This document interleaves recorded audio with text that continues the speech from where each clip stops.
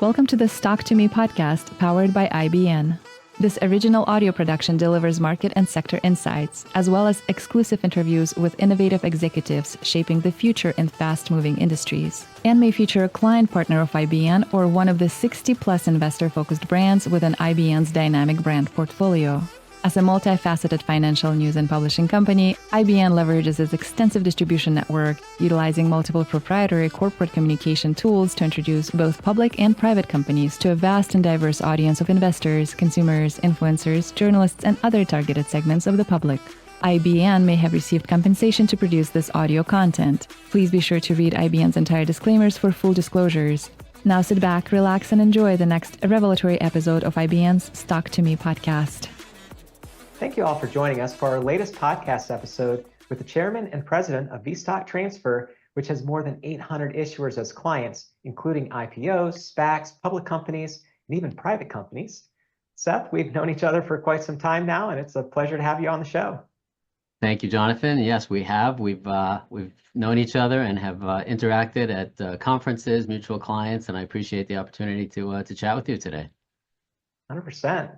So before we get into some of the challenges Share Media is addressing in the investor communication space, can you start with just sharing what inspired you to focus on the transfer agent industry? Yeah, I mean, I don't think anybody wakes up out of college and says, "Oh, I want to be a transfer agent when I grow up," right? So for me, it was a zig and zag path, and I went from being an attorney, focusing on securities and IPOs and helping companies raise capital, to an SEC filing company called Vintage Filings, probably about 22 years ago now. And we had the great opportunity to sell that company to PR Newswire back in 2007. And ever since then, I've just been trying to find different services that really resonate with the public markets, capital markets, public issuers. And so about 11 or 12 years ago, we started VStock Transfer, just with a goal of seeing how we can do our part to help companies in that IPO process and interact with the day-to-day shareholder needs of public companies. Awesome. And what makes VStock unique in supporting companies during the IPO journey? You know, I think the standard answer is probably less expensive, faster, better. But I think for myself, on a personal level, what I find is that we like to do as much hand-holding or as little hand-holding as necessary. And that's really a mantra for me and for everybody at VStock. You know, I think there's this misconception that when a company is going public, the CEO has it all figured out. They know what they're doing. The CFO has done this a million times before. But what I find is that they may be fantastic at running their company, whatever the industry is, biotech, pharma, but the business of being a public company is an entirely different full-time job. And so we like to educate people what's needed, what's required, in conjunction with their counsel, of course. But you know, I think that hand-holding and both for the company and the shareholders is really a big part of what we're trying to bring to the table. Are there any specific trends you're seeing in the IPO market right now, especially for smaller cap companies? That's actually a great question. I certainly think that in 2025, we're going to see an increased level of IPO interest. If I had to pinpoint like a specific trend, I would say over the last maybe 6 months, 9 months, we have seen a tremendous amount of interest from foreign issuers. Malaysia, Singapore, Hong Kong, Japan. There's a lot of late night Zooms and early morning Zooms to speak to these teams. And I think there's going to be a wave. There has been, but I think there's going to be an increased wave of foreign issuers looking to list on NASDAQ, New York Stock Exchange, to tell their story to the world. Yeah, and could you share maybe a recent IPO success story where VStock played a pivotal role? I don't know if it's pivotal. You know, we're the low guys on the totem pole, although I like to think that it's an important role because we're that window between the shareholders and the company. But one of the companies we're very proud of is, and I didn't know this till after the fact, that, you know, you've had some amazing success stories over the last 12 months in 2024, some really big marquee brand names, New York Stock Exchange. But the number one, I think most productive is the word, or highest valued, or biggest return, whatever category. The number one IPO on the NASDAQ for 2024 was a company called Nano Nuclear. Shout out to JU. And being the transfer agent in the IPO and then seeing them do that in a successful way and then follow-up offerings and capital raise, it was great to just be part of that team that had a great success story. Awesome. And how are you helping management teams build stronger relationships with investors, whether they're public or soon to be? Well, I guess the first thing I should do is recommend everybody to IBN because, that's the greatest resource in terms of exposure, press releases, and visibility. But what I'd also found is that there's a very narrow lane on LinkedIn that I think is being underutilized. And so what I've been doing with Share Media is that we live in a very visual world and a very organic world. And so what we're doing is we're working with CEOs of public companies or private companies to be public on really just doing LinkedIn management, helping them with graphics, with posting 2 to 3 times a week, coming up with content, articles, and then connecting them to a specific audience, meaning if you're a biotech or a pharma CEO, those are the types of investors we're trying to help them get in front of. And just really to leverage LinkedIn as not the holy grail solution, but an additional add-on to their overall marketing strategy. And what are some of the challenges you'd say that you're addressing in this investor communication space and maybe specifically on LinkedIn? Yeah, I think that there's a part of each one of us that feel like, I've got nothing to say, nobody cares what I'm doing. And what we're trying to do is to bring out from these CEOs that knowledge that people are very interested in the journey. People are interested in the authenticity. And so if you are going to conferences, people want to see which conferences are you going to. If you are hiring new employees, people want to meet the team. They want to see the depth of the company. And I think part of what we're trying to do on LinkedIn is to help these companies showcase their stories and help position themselves as thought leaders within their unique categories. And that's what we're doing at Share Media. Gotcha. Well, one of my favorite questions to ask has to do with mistakes.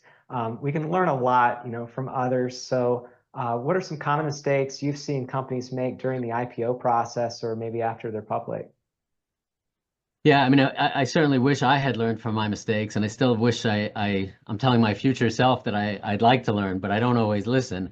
I think that on the going public platforms, companies should do a better job with communicating with the shareholders or managing their expectations. Meaning, there are a lot of times that a company or an individual wants to have their shares transferred, and they don't, not to their fault, they don't know how to do that, and so they get frustrated, and sometimes they take it out on the company.